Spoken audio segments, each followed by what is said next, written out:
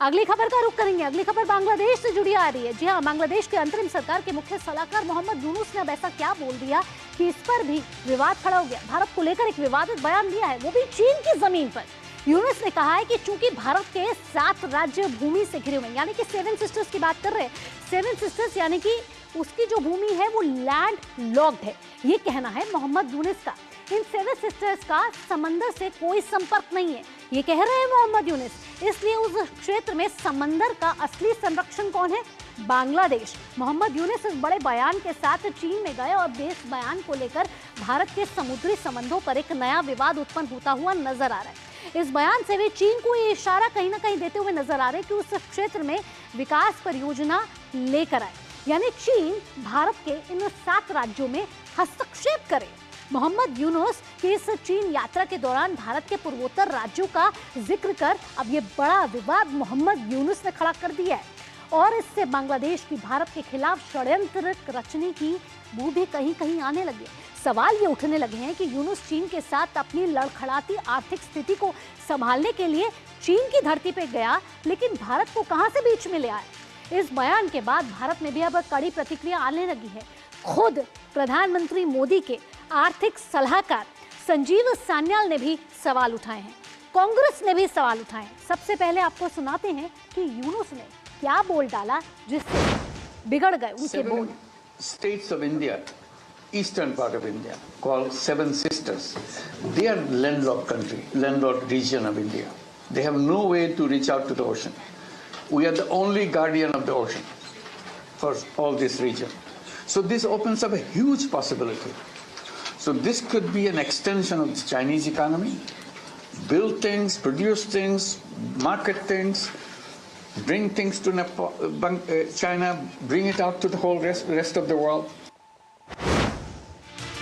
तो सुन रहे थे आप मोहम्मद यूनुस को, क्या कहना है उनका। चीन की जमीन पर गए अपने और बांग्लादेश के आर्थिक स्थिति को मजबूत करने के लिए, लेकिन उसमें भारत क्यों ले आए। आइए अब ग्राफिक्स के जरिए समझते हैं कि मोहम्मद यूनुस आखिर चाहते क्या हैं। चीनी रेवड़ियों पर पलेगा बांग्लादेश। चीन के साथ 9 समझौतों पर उन्होंने हस्ताक्षर किए। 4 दिन की चीन यात्रा पर गए थे। चीन के राष्ट्रपति शी जिनपिंग से उनकी मुलाकात हुई थी। चीन से 17,500 करोड़ रुपए का लिया है कर्ज, यानी कि बांग्लादेश की स्थिति आप समझ रहे हैं, पहले ही आर्थिक स्थिति कमजोर नजर आ रही है। चीन की धरती पर गए 17,500 करोड़ का लिया कर्ज, निवेश और औपचारिक वार्ता शुरू करेंगे दोनों देश। और चीन औद्योगिक आर्थिक क्षेत्र की शुरुआत की घोषणा पहले से कर चुका है। इसके साथ साथ जिन 9 समझौतों पर हस्ताक्षर किए हैं उसमें बंदरगाह के आधुनिकीकरण के लिए समझौता हुआ है।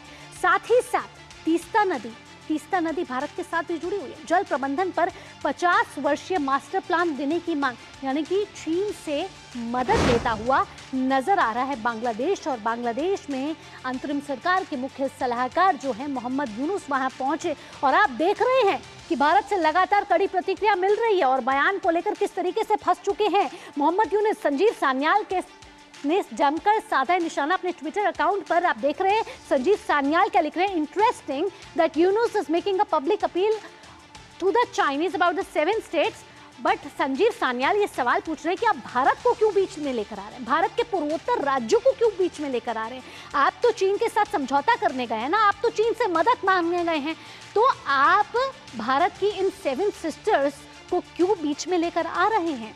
रक्षा एक्सपर्ट्स ने भी की है इस बयान की कड़ी आलोचना, कांग्रेस की तरफ से भी कड़ी आलोचना है। पवन खेड़ा ने भी अपने ट्विटर अकाउंट पे डाला है और मोहम्मद यूनुस की कड़ी निंदा की है इस बयान की, जहां बयान को लेकर अब बुरे फंसते हुए नजर आ रहे हैं मोहम्मद यूनुस, जहां सभी तरफ से उनको सहनी पड़ रही है आलोचना। अब सवाल ये है कि क्या मोहम्मद यूनुस अपने बयान को वापस लेंगे। अपने संवाददाता अखिलेश सुमन के पास चलते हैं, ज्यादा जानकारी उनसे ले लेते हैं। अखिलेश, हम देख रहे हैं कि मोहम्मद यूनुस एक के बाद एक इस तरीके के बयान देते हुए नजर आ रहे हैं। बांग्लादेश वही है ना जो भारत के दम पर खड़ा हुआ था, अब चीन की जमीन पर वो गए हैं और जाकर उनसे आर्थिक मदद मांग रहे हैं, लेकिन भारत पर 7 सिस्टर्स पर क्यों इस तरीके के बयान देते हुए नजर आ रहे हैं।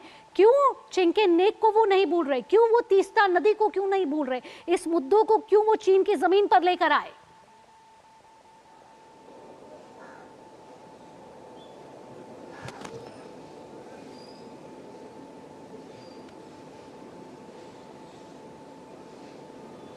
देखिए, निश्चित तौर पे ये बहुत ही नासमझी भरा बयान है मोहम्मद यूनुस का।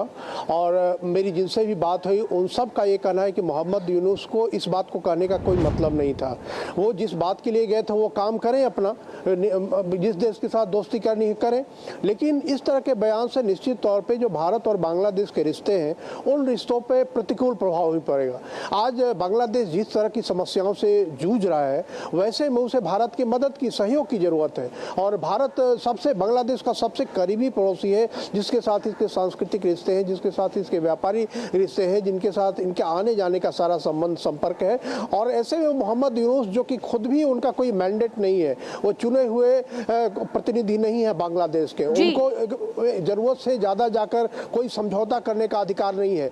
वहाँ के राजनीतिक दल वहाँ लगातार मांग कर रहे हैं कि वहाँ चुनाव संपन्न होना चाहिए, ताकि शेख हसीना के हटने के बाद जो कोई वैधानिक सरकार वहाँ नहीं है, चुनी हुई सरकार नहीं है, उस जगह को भरना चाहिए। बिगड़े हुए सूरताल यही बता रहे हैं कि जब तक बांग्लादेश में चुनाव नहीं हो जाते मोहम्मद यूनुस की जुबान यूं ही फिसलती हुई रहेगी। लेकिन भारत का इस पर कड़ा रुख होता हुआ नजर आ रहा है। भारत इस प्रतिक्रिया पर किस तरीके से आगे बढ़ता है ये तो आगे का रुख बताएगा। विदेश मंत्रालय इस पर क्या प्रतिक्रिया देता है ये भी आगे देखना होगा। फिलहाल न्यूज पंच में इतना ही। एक बार फिर आपसे मिलेंगे दोपहर के 2 बजे। फिलहाल के लिए मुझे दीजिए अनुमति। खबरों का सिलसिला यूं ही जारी रहेगा। नमस्कार।